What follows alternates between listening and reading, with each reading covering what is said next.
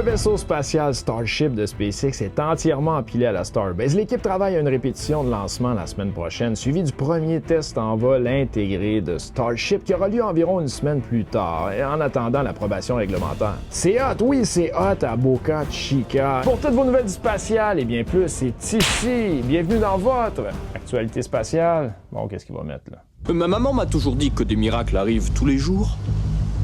Il y a pas mal de gens qui en doutent, mais ils arrivent. Ciao!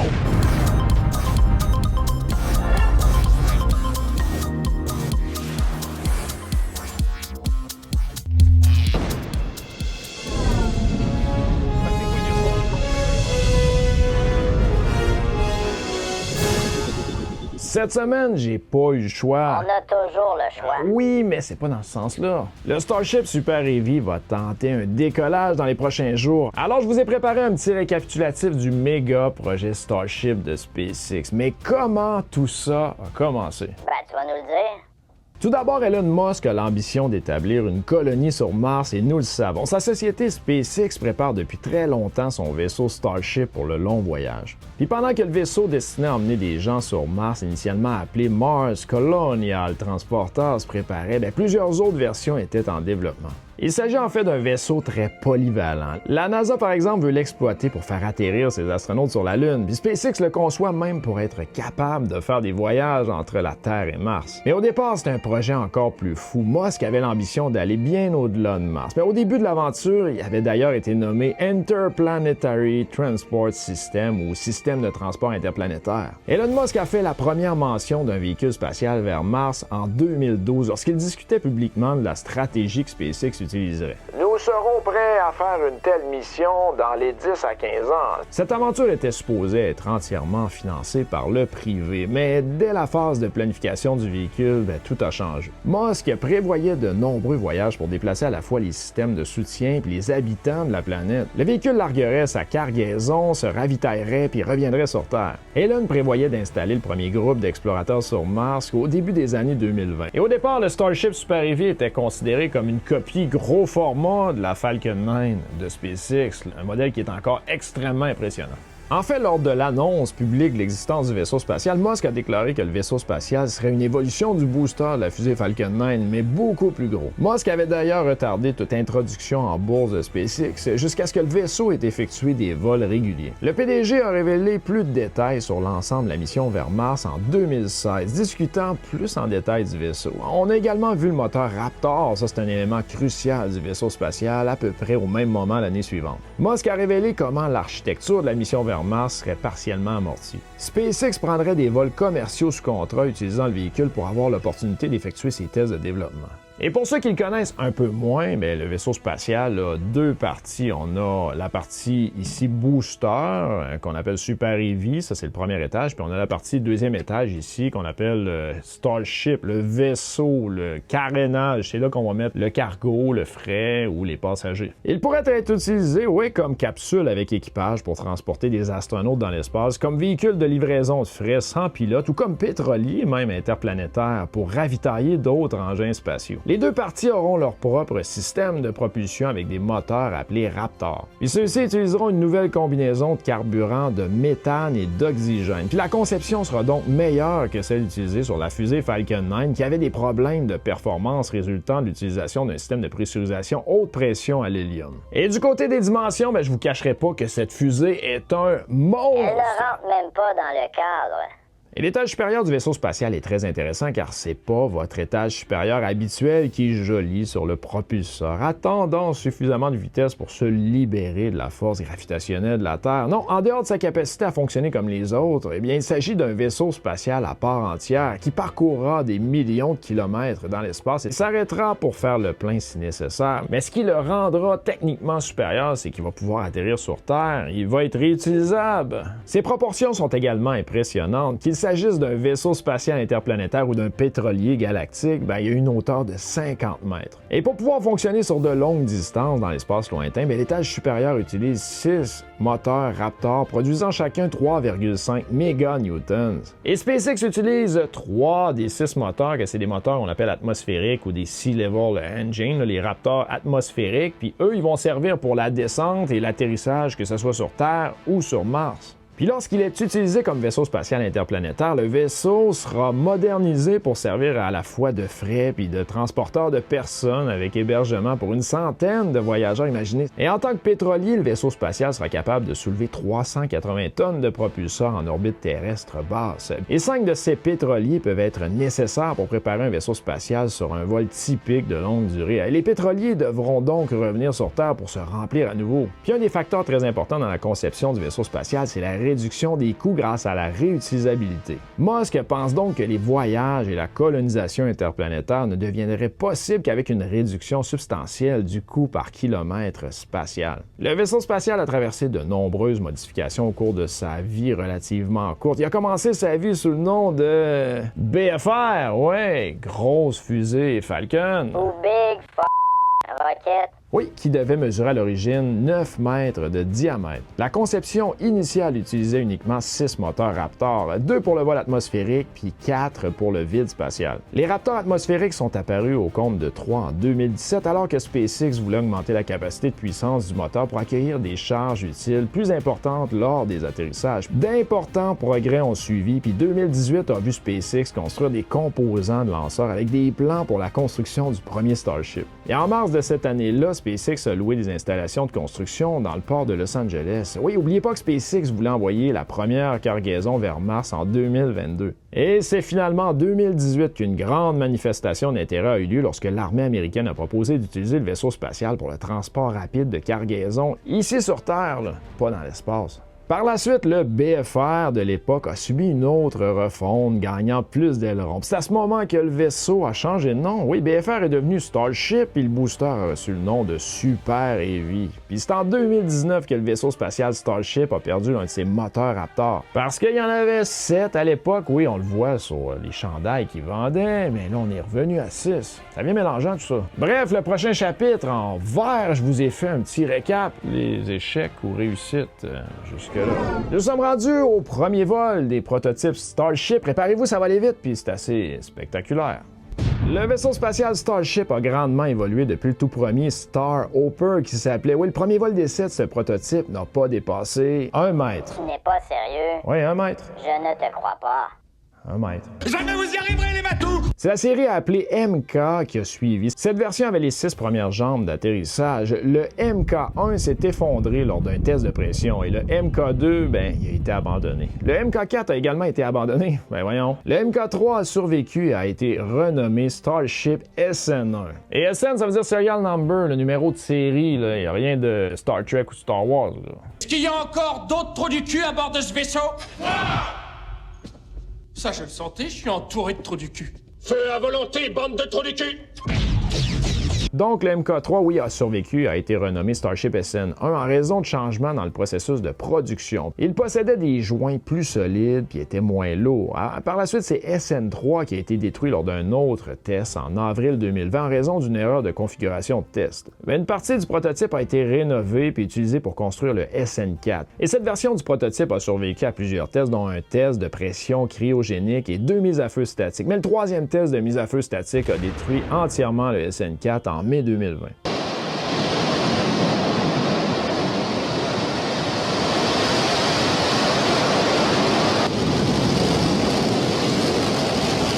Par la suite, c'est SN6 qui a réussi à effectuer un vol d'essai.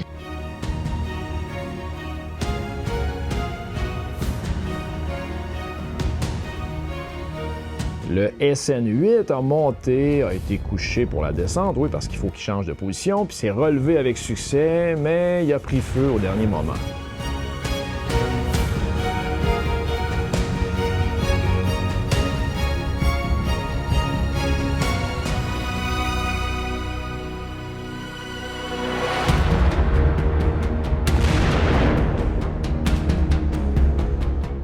Le SN9 a fait exactement ce que son prédécesseur avait déjà fait, mais a perdu le contrôle et s'est écrasé sur l'aire d'atterrissage en béton. Puis regardez sur les images le SN10 qui était vraiment très près lorsque le SN9 s'est écrasé. Ouf!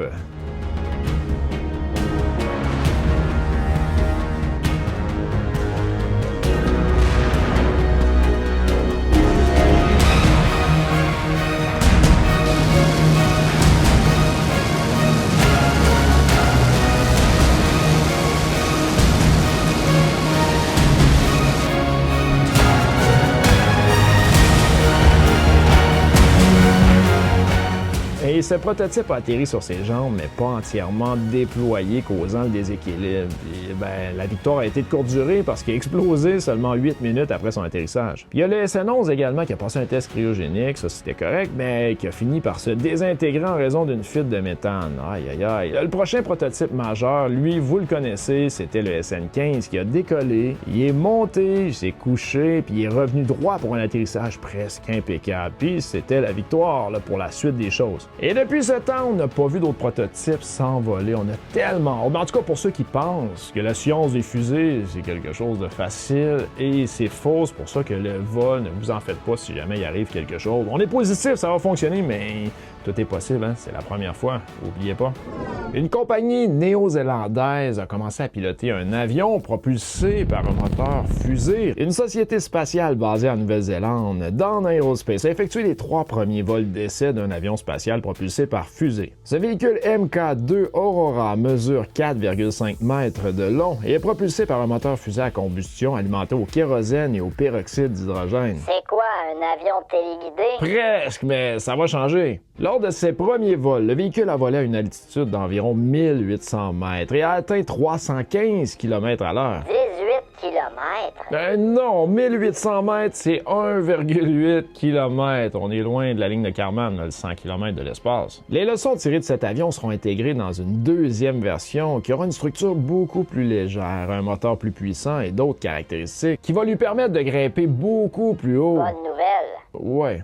L'objectif est de faire voler l'avion spatial à une altitude de 100 km au-dessus de la ligne internationale de l'espace, puis il sera capable de transporter quelques kilogrammes de charge utile. Et en réalité, à quoi ça sert quelques kilogrammes? Avec le MK2 Aurora, la société cherche à pouvoir faire voler le véhicule 2 fois par jour, offrant une plateforme pour des applications telles que la recherche environnementale dans la mésosphère et la thermosphère. C'est qu'au-dessus de 30 km, c'est trop haut pour les ballons puis trop bas pour les satellites. Certains chercheurs l'appellent l'ignorosphère. Hey, c'est pas drôle ça. Cet endroit a de grandes implications sur les modèles climatiques et les modèles météorologiques. Il est donc très utile de mieux comprendre cette partie de l'atmosphère. Puis l'objectif de l'entreprise, c'est d'exploiter sa flotte avec une efficacité comparable à celle d'un avion. Parce qu'un avion, c'est beaucoup plus facile à faire décoller là, les règlements et tout ça, les demandes pour pouvoir avoir l'espace aérien ouvert. En réalité, le véhicule MK2 Aurora est un banc d'essai pour le plus grand avion spatial, le MK3 Aurora, qui vise à fournir un deuxième étage puis une charge utile non durable dans l'espace. L'objectif à terme, ça serait d'être capable de lancer des satellites de 250 kg dans l'espace. Mais ils ont du travail à faire, hein? Il est fatigant. À l'heure actuelle, Dawn Aerospace compte environ 110 employés. La moitié travaille sur l'activité de propulsion par satellite de la société qui est rentable, puis l'autre moitié travaille sur la navette spatiale. Le côté rentable fournit donc les moyens pour travailler sur le développement de la mini-navette. Et mini-navette, ça voudrait peut-être dire des mini-pilotes. Ça t'intéresserait pas, BFR? Je ne sais pas. J'ai compris l'idée, ça va? Je te le suggère fortement. On aurait peut-être un break, hein? On a besoin d'un, là. La NASA aurait peut-être trouvé une solution au problème de poussière lunaire qu'il rencontre depuis belle lurette. Belle lunette. Les chercheurs ont pulvérisé de l'azote liquide sur des poupées Barbie vêtues d'une combinaison spatiale. Imaginez ça, c'était pour tester leur nouvelle idée. Comprendre comment faire atterrir des humains sur la Lune, ça c'était un défi, mais les 6 équipages d'Apollo qui ont atteint cet objectif ont rencontré un autre problème déroutant une fois arrivés. La poussière lunaire, ouais.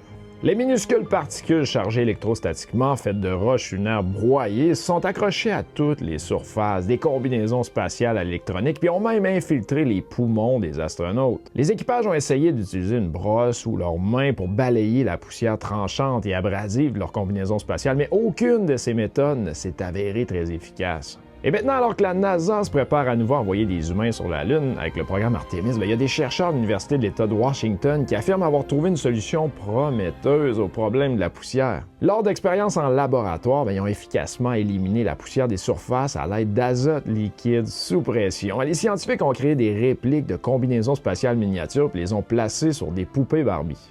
Puis ensuite, ils ont enduit les combinaisons de cendres volcaniques du mont Sainte-Hélène et d'autres substances destinées à imiter la poussière lunaire. Puis après avoir placé les poupées dans une chambre à vide, ils ont utilisé un pulvérisateur rempli d'azote liquide sous pression pour éliminer les particules. Puis au cours de 233 tests au total sur 26 combinaisons spatiales simulées, l'azote liquide sous pression a éliminé plus de 98% de substituts de poussière lunaire. Puis peut-être encore plus excitant, c'est que la technique a causé peu de dommages aux combinaisons spatiales. Ça, c'est important parce que les méthodes traditionnelles de nettoyage des combinaisons spatiales, telles que le brossage puis l'aspiration, ont une efficacité limitée, puis ça introduit une abrasion du tissu de la combinaison. Et le mécanisme en jeu est connu sous le nom de l'effet Leidenfrost, dans lequel une gouttelette de liquide plane au-dessus d'une surface très chaude plutôt que d'entrer en contact avec elle. Ça peut se produire lorsqu'un exemple, un chef cuisinier verse de l'eau froide dans une casserole chaude. Plutôt que de recouvrir le fond, l'eau perle et glisse sur la surface. Les chercheurs disent que la même chose s'est produite lorsqu'ils ont pulvérisé de l'azote liquide froid sur les combinaisons spatiales plus chaudes. L'azote a encapsulé les particules de poussière dans des gouttelettes puis s'est envolé. Puis cette méthode relativement douce peut être utilisée 75 fois avant de peut-être endommager les combinaisons. C'est beaucoup, 75. N'oubliez pas qu'une brosse endommage une combinaison spatiale en une seule utilisation. Bien que les premiers résultats soient prometteurs, ils représentent qu'un premier pas vers la mise en œuvre de la technologie lors de futurs atterrisseurs lunaires. D'une part, les chercheurs ont testé l'azote liquide sur Terre, qui a une gravité beaucoup plus forte que sur la Lune. Les astronautes seraient également confrontés à des défis logistiques en apportant de l'azote liquide sous pression à bord d'un vaisseau spatial. Mais malgré tout, la NASA est impatiente de trouver une solution au problème de la poussière lunaire puis souhaite collaborer avec des partenaires qui pourraient être en mesure d'aider. Il n'y aura donc pas de solution unique pour vaincre leur ennemi de toujours, la poussière lunaire qui sent pas très bon. Change de chapitre. Ouais, bonne idée. Alors voici ce qui a retenu mon attention cette semaine. Ça prend pas grand-chose pour retenir ton attention, by the way. Voici la galaxie de Rubin. C'est en étudiant la vitesse de rotation des étoiles dans cette galaxie que la brillante Vera Rubin a mis en évidence un problème qui semble être résolu par la matière noire. Oh, cette semaine, je suis tombé sur ça. Connaissez-vous l'étrange histoire du vol 5390 qui a subi une décompression explosive peu après le décollage? Ouais, c'est assez surprenant. Le commandant de bord a été partiellement expulsé de l'avion et l'équipage s'est accroché à ses jambes pendant que l'avion atterrissait sans perte de vie. Très impressionnant. C'est une histoire qui a quand même bien fini. Il n'y a pas eu de décès. C'était le pare-brise. La longueur des vis, c'était pas les bonnes vis, c'était trop court. Fait que le pare-brise, il a levé. Le capitaine il est sorti. Le copilote il a atterri l'avion. Puis c'est l'agent de bord qui tenait les pieds, imaginez, du commandant qui était dehors. Là. Cette semaine, les 4 astronautes de la mission Artemis II ont été présentés au grand public. Puis je vous encourage à aller voir ma vidéo que j'ai sortie justement quelques heures après l'événement. Vous allez pouvoir en connaître un peu plus sur ces astronautes fantastiques. Et bonjour la classe! Maintenant, on va s'éclater! Et oui, nous avons un Canadien qui ira vers la Lune, Jeremy Hansen. Voici son commentaire. J'ai reçu tellement de messages depuis mon affectation à la mission Artemis II. Je suis reconnaissant pour tout le soutien. C'est une opportunité fantastique pour le Canada et j'ai hâte. Ouais, j'espère que t'as hâte parce qu'on a hâte de te voir, nous autres. Et ici, nous voyons l'astronaute de la NASA, Reid Wiseman. Oui, ça en est un autre qui va faire partie d'Artemis II, ça. Dans une vidéo rendue publique d'une sortie, puis voici ce qu'il a dit. En sortant dans l'espace, j'ai réalisé quelque chose. Je pensais que j'avais peur des hauteurs, mais maintenant, je sais que j'avais juste peur de la gravité. Ouais, c'est ça, la gravité. Quand même chanceux. Voici un survol de la base stellaire. Quelle vue magnifique!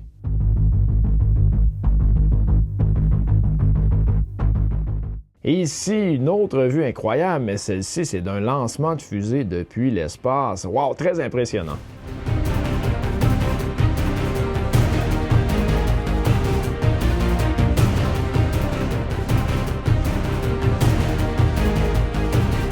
Et pourquoi pas un lancement de fusée Falcon 9 de SpaceX vu depuis le cockpit d'un avion?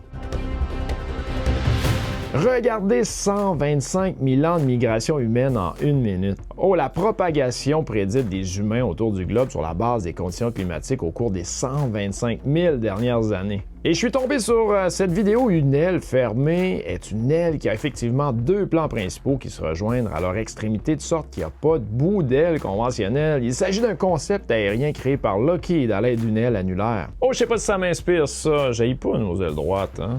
Nous aimons les animaux, alors voici ce jaguar qui a démontré la signification du terme puissance, tirant hors de l'eau ce morceau de muscle de presque 3 mètres de long et 74 dents. Wow, les jaguars ont la 5e morsure la plus forte de tout le règne animal.